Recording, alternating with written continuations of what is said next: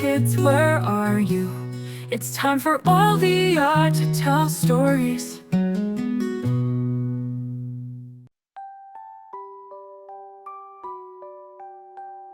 Deep within the heart of the world lay an enchanted forest known as Eldergrove.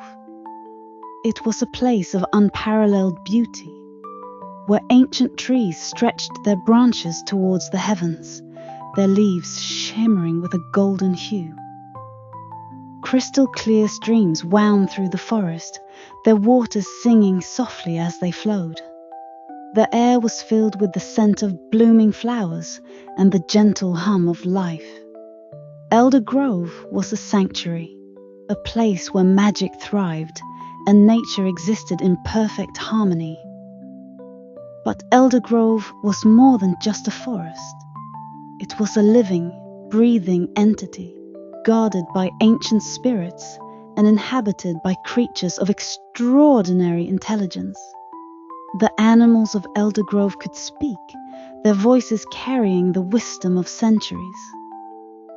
They lived in peace, guided by the forest's magic and protected by an unspoken bond with the land. For generations, the forest had remained untouched by the outside world. But as the years passed, whispers of its existence began to spread. Tales of its beauty and the treasures it held reached the ears of greedy men, who saw not a sanctuary but a prize to be claimed. In a small village on the edge of Eldergrove lived a young girl named Lila. She was 12 years old, with wild auburn hair and eyes the color of the forest's deepest greens. Lila had always felt a connection to the forest, though she had never ventured far into its depths. She would often sit at the edge of the trees, listening to the rustling leaves and the songs of the birds, feeling as though the forest was calling to her. Lila's parents were farmers, and though they loved her dearly, they often worried about her fascination with the forest. "It's a dangerous place," her father would say, "full of strange magic and wild creatures." But Lila couldn't stay away. She felt a pull, as if the forest was a part of her. One day, unable to resist any longer, she ventured deeper into Eldergrove than she ever had before. As she walked, the forest seemed to come alive around her. The trees whispered her name, and the animals watched her with curious eyes. She felt no fear, only a sense of belonging. Soon she came upon a clearing bathed in golden light. At its center stood an ancient oak tree, its trunk wide and gnarled, its branches reaching out like arms. As Lila approached the tree, she heard a soft voice. "Welcome, child." Startled, she looked around but saw no one. Then she realized the voice was coming from the tree itself. The oak's bark shifted, forming the shape of a face with kind, glowing eyes. "I am Elderwood, the guardian of this forest," the tree said. "I have been waiting for you." Lila's heart raced. "Waiting for me? Why?" "Because you are special, Lila. You have the gift of understanding, the ability to hear the voices of the forest and its creatures.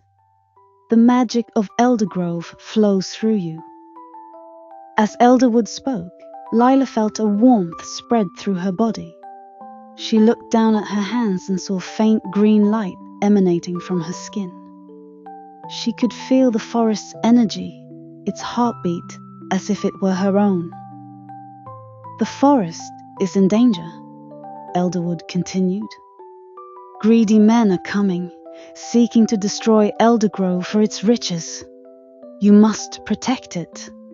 Lila's eyes widened. "Me? But I'm just a girl. How can I stop them?" "You are more than just a girl," Elderwood said. "You are the mighty forest protector. The forest will guide you, and its creatures will stand by your side. But you must be brave. Lila took a deep breath and nodded. I'll do whatever it takes. Over the next few days, Lila began to explore the forest, learning to communicate with its creatures. She met a wise old owl named Orin, who became her advisor, a swift and loyal fox named Fern, who became her companion, and a gentle deer named Willow, who carried her through the forest when she grew tired. The animals taught her the secrets of Eldergrove, showing her hidden paths and sacred places. But as Lila grew closer to the forest, she also began to see signs of the danger Elderwood had warned her about. Trees had been cut down at the forest's edge, and the air was filled with the acrid smell of smoke. One day, while hiding in the branches of a tree, Lila saw a group of men entering the forest. They carried axes and saws, their faces hard and determined. Lila's heart ached as she watched them hack at the trees, their laughter echoing through the forest. She knew she had to act, but she didn't know how. Then she remembered Elderwood's words. The forest will guide you. Closing her eyes, Lila reached out with her mind, calling to the creatures of Eldergrove. Within moments, they began to gather, birds, rabbits, wolves, and even the great bears. They stood before her, their eyes filled with determination. We must stop them, Lila said. But we can't hurt them. We have to show them that the forest is alive, that it's not theirs to destroy. The animals nodded, and together they devised a plan. That night, as the men slept in their camp, Lila and the creatures of Eldergrove surrounded them. The owls hooted, the wolves howled, and the trees creaked and groaned. The men woke in terror, their campfire casting eerie shadows on the forest floor. Lila stepped forward, her green eyes glowing in the darkness. Leave this place, she said, her voice steady and strong. The forest is not yours to take. It is alive, and it will fight back. The men stared at her, their faces pale with fear. One of them, the leader, sneered. You're just a child. What can you do? As if in answer, the ground beneath them began to shake, and the trees seemed to close in around them. The men dropped their tools and fled, their cries fading into the night. But Lila knew this was only the beginning. The men would return, and next time they would come in greater numbers. She needed to unite the forest, to prepare for the battle that lay ahead.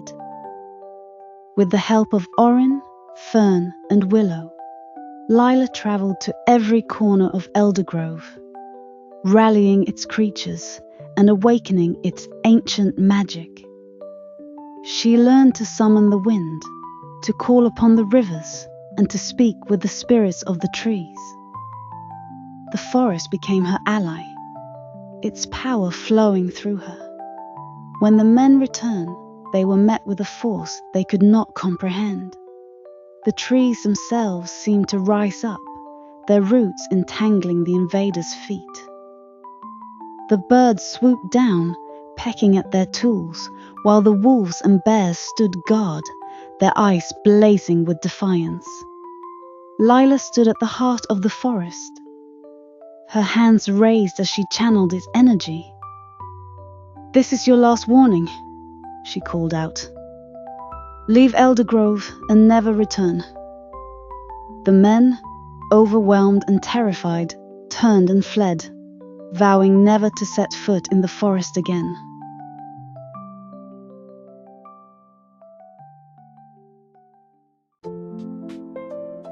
If you like our stories, please like, subscribe, and turn on the little bell so you won't miss exciting stories every day. You are also welcome to share it with family and friends to listen to the story together. Love you.